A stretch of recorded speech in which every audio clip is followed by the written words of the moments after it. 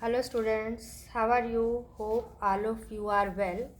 Today we will continue our exercise 3.1 of our chapter 3. So question number 5. Half the perimeter of a rectangular garden whose length is 4 meter more than its width is 36 meter. Find the dimension of the garden.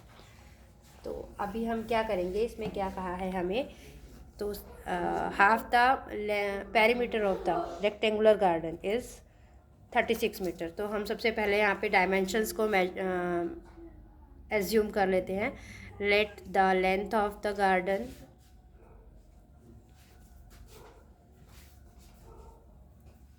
is equal to x. The breadth of the garden, you can write breadth or width, same thing, y। ठीक है, अब according to question उसने कहा है कि perimeter of the garden, half of the perimeter of garden is 36 metre.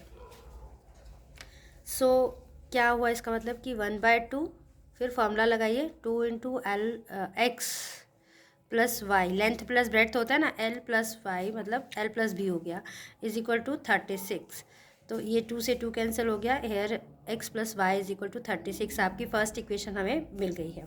Second equation के लिए वो कह रहा है कि length is 4 metre more than, length is 4 metre more than its width. So क्या इक्वेशन बनी, length is equal to B plus 4, you can write L minus B is equal to 4। ये हमारी सेकेंड इक्वेशन आ गई। अब हमने इसका solution find करना है, तो अब हमें टेबल बनाने पड़ेंगे सेम वैसे ही। मैंने एल ले लिया यहाँ पे, एक्स वाई, ठीक है। x plus Y is equal to 36 और यहाँ पे लेंगे x minus Y is equal to 4। Table बनाएंगे हम।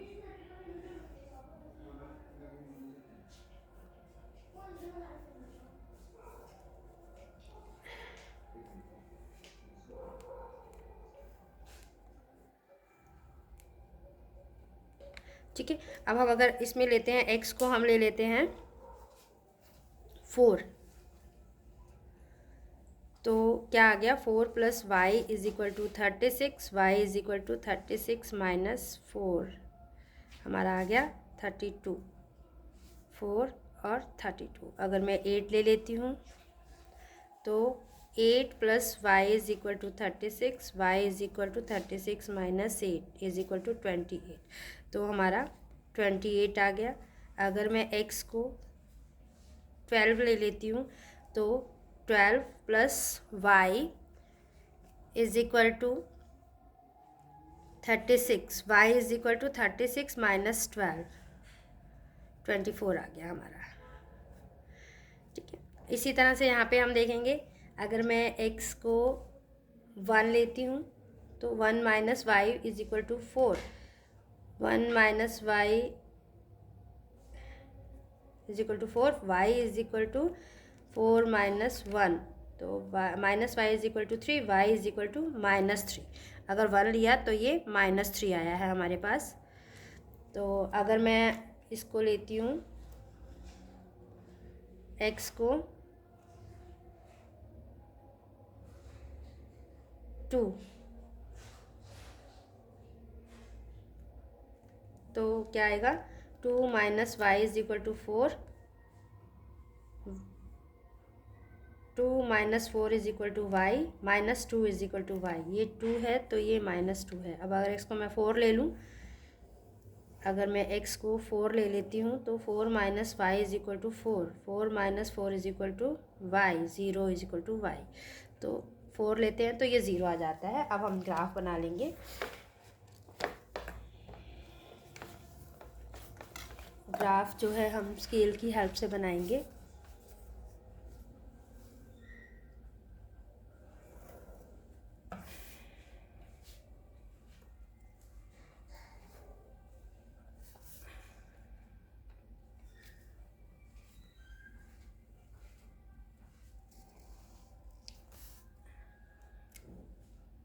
मैं यहाँ पे ना 4 के गैप लेने वाली हूँ ताकि, और मैं ये हम मेजर करके लूँगी, बिकॉज़ अगर हम मेजर नहीं करेंगे ना छोटे बड़े हो जाते हैं तो हमें सॉल्यूशन सही नहीं मिलता है कई बार। मुझे सॉल्यूशन चाहिए ना यहाँ पे, तो सॉल्यूशन चाहिए तो फिर मुझे जो है मार्किंग प्रॉपर करनी पड़ेगी।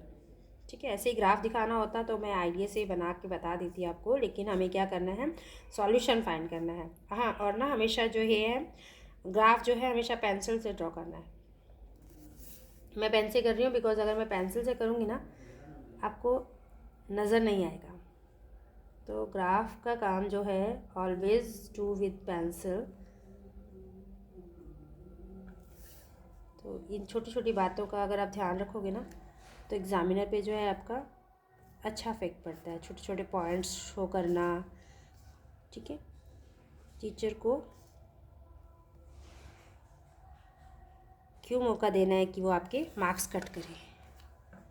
तो ध्यान रखिए हर चीज़ का, ये marking X axis Y axis denote करना। अब मैं 4 का गैप ले रही हूँ क्योंकि ये बहुत बड़े टेबल आए थे हमारे। 4 का टेबल लिखेंगे हम यहाँ पे,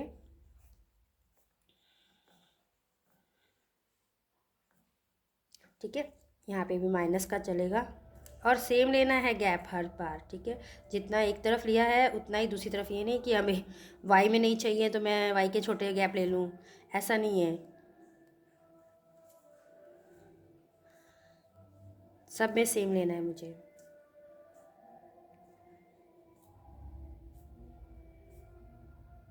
और ये सब आपको लिखना है एग्ज़ाम में भी, ऐसा नहीं है कि आप छोड़ दोगे।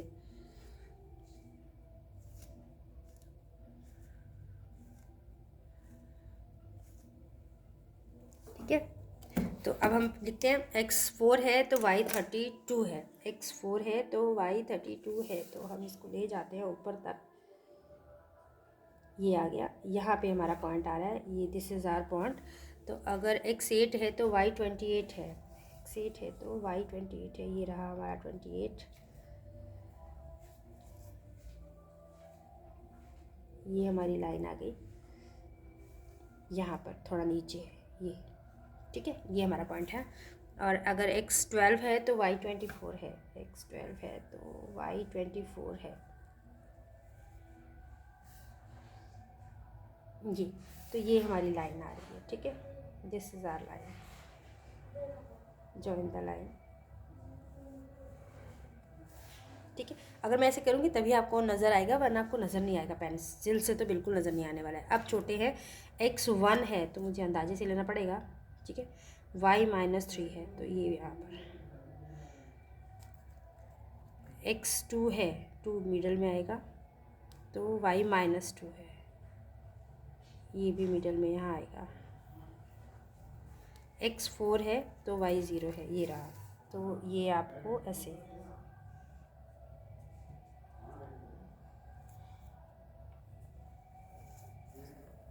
होना चाहिए,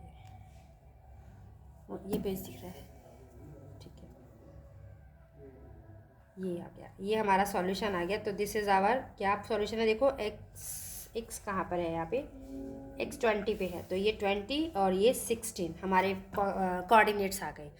तो ये हमारा सॉल्यूशन है, जहाँ पर दोनों लाइन इंटरसेक्टिंग करेंगी दैट इज़ वो सॉल्यूशन होता है।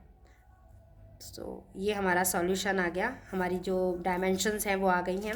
तो हमारी डायमेंशन सॉल्यूशन क्या आया, हमारा सॉल्यूशन आया 20 और 16। इट मीन्स x हमारा 20 है, y हमारा 16 है। तो x क्या थी, लेंथ थी ना, तो length is 20 metre and width is 16 metre. तो ये आपका आंसर है, डन। ओके, आपका 5th क्वेश्चन कंप्लीट हो गया है। Now go on to 6th question. 6th question जो है ना आपका, उसको रीड करते हैं 6th क्वेश्चन को। 6th क्वेश्चन में क्या कह रहे हैं कि given the linear equation 2x + 3y - 8, right another linear equation in two variables such that the geometrical representation of the pair so formed is intersecting lines, parallel lines, coincident lines। तो इसमें आपको एक लाइन इक्वेशन दी हुई है, first equation दी हुई है 2x + 3y - 8, ठीक है।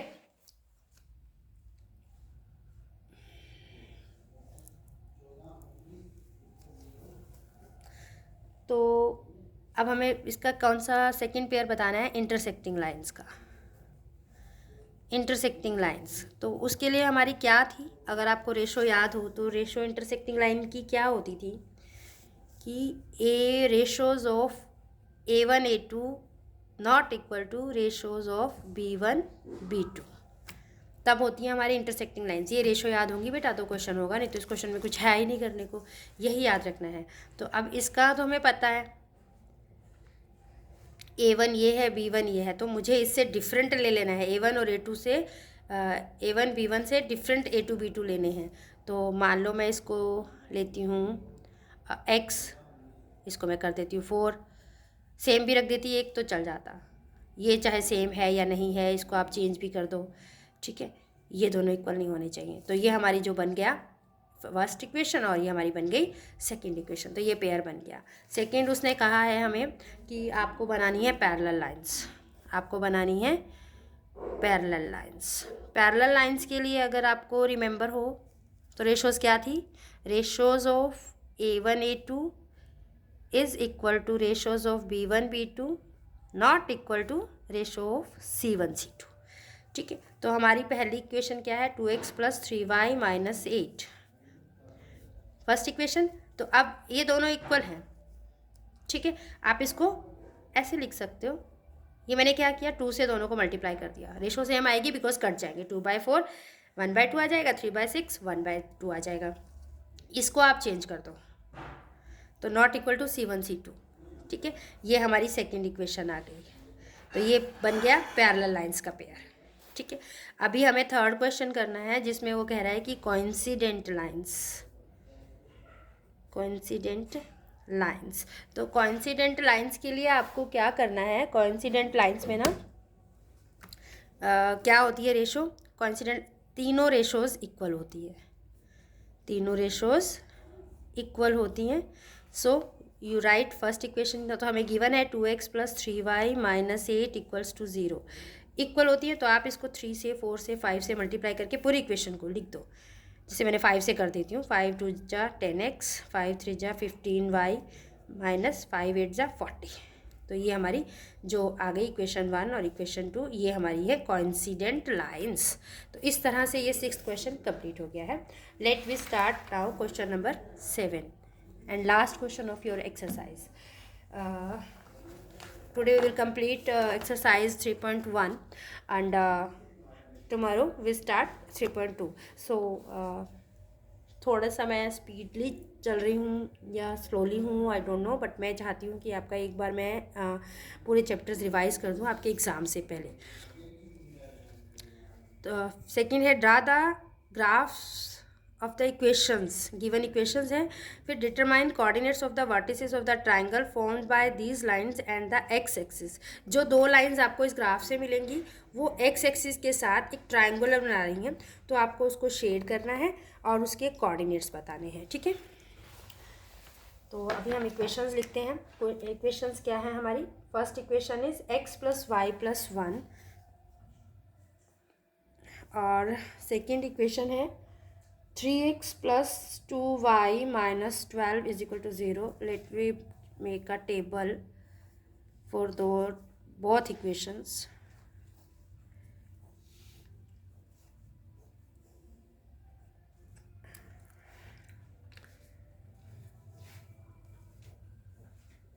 इस तरह से। तो अब हम एज्यूम करते हैं, एज्यूम करना है और सॉल्व करना है, ठीक है। x को अगर मैं लेती हूँ 1, तो 1 प्लस वाई प्लस 1 मैं डायरेक्ट ना इसमें पुट कर देती हूँ। देखो यहाँ पे x की जगह 1 रख दिया, y तो ये ऐसे, इसलिए कंफ्यूज नहीं हो जाना, यहाँ कहाँ से मैम लिख देती है। y इज़ इक्वल टू -2 आ गया, तो अगर मैंने x को 1 लिया तो ये -2 आया, ठीक है। अगर मैं x को -2 लेती हूँ, अगर मैं x को -2 लेती हूँ तो क्या आएगा, -2 plus Y plus 1 is equal to 0, y minus 1 is equal to 0, y is equal to 1। अगर मैं x को -2 लेती हूँ तो y 1 आ जाता है, और अगर मैं x को -3 ले लेती हूँ तो क्या आएगा मेरे पास, -3 plus Y plus 1 y minus two is equal to zero, y is equal to two. तो अगर मैंने इसको -3 लिया तो ये 2 आ गया। अभी हम इस पर आते हैं, हम x को 2 ले लेते हैं, तो 3x plus 2y minus 12 equals to 0, 3 2 ज़ा। ओके, यह थोड़ा देख कर रखना पड़ेगा, ट्रिकी सा है क्योंकि हमें फ्रैक्शन में नहीं चाहिए। ठीक है, फ्रैक्शन में हमें नहीं चाहिए है, हम फ्रैक्शन में अवॉइड करेंगे, नहीं लेंगे। y इज इक्वल टू 3 आ गया। अगर मैंने x को 2 लिया तो y आपका 3 आ गया है। अब x को हम ले लेते हैं 4। ठीक है, 3x 3 4 आ गया, plus 2y minus 12 is equal to 0, 12 plus 2y minus 12 equal to 0, ये कैंसिल हो गए, 2y equal to 0, y equal to 0। तो ये हमारा, अगर मैंने 4 लिया तो ये 0 आ गया। और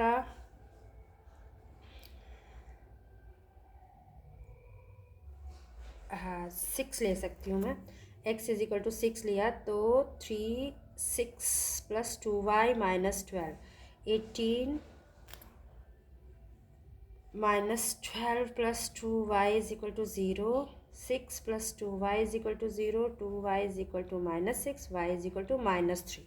अगर मैंने x को 6 लिया तो y मेरे पास -3 है। यहीं पर ग्राफ ड्रा करके देखिए।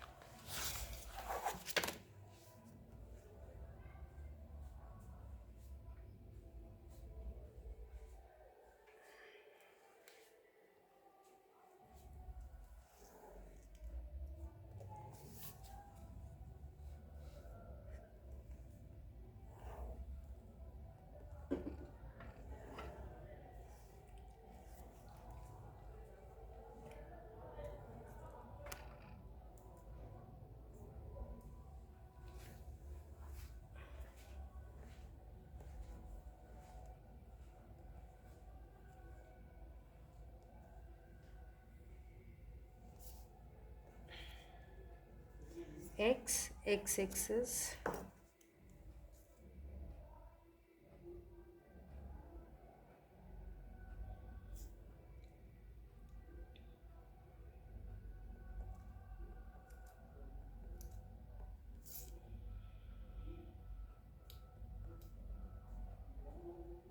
हम लिखेंगे नंबर,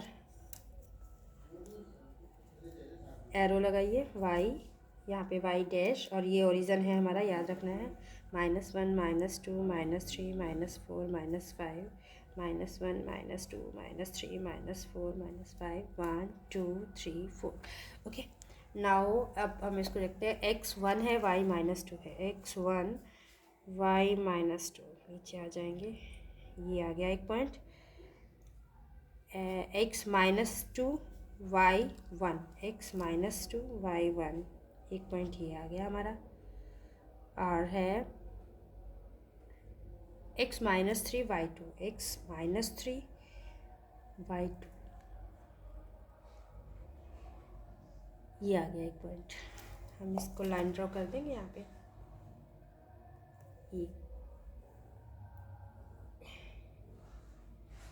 ये हमारी लाइन ड्रॉ हो गई। ठीक है, ये -1 0 एक पॉइंट हमें मिल गया यहाँ से।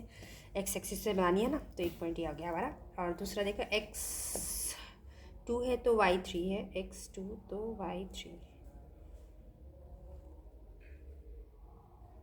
ये x4 है तो y0, एक पॉइंट ये आ गया हमारा। x6 है तो y -3, एक पॉइंट ये आ गया। तो एक लाइन हमारी ये हो गई। तो हमें ट्रायंगल बनानी है, ये बेस हमारी एक्स एक्सिस पे 2 पॉइंट है, ये इससे हम जॉइन कर लेंगे इसे, ये। तो ये हमारा आ गया 2 और 3, और ये हमारा है 4 0, और ये हमारा x है -1 और y है 0। तो ये कोऑर्डिनेट्स आ गए। आपको इसको अब पेंसिल से ना शेड कर देना है, और ये कोऑर्डिनेट्स दिखाने हैं।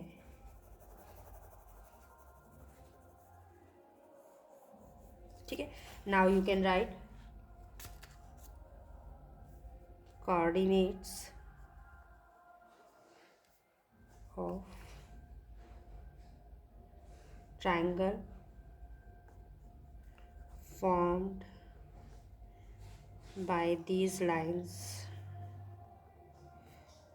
with x-axis are कौन से हैं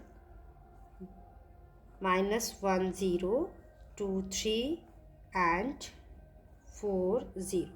दिस इज द आंसर.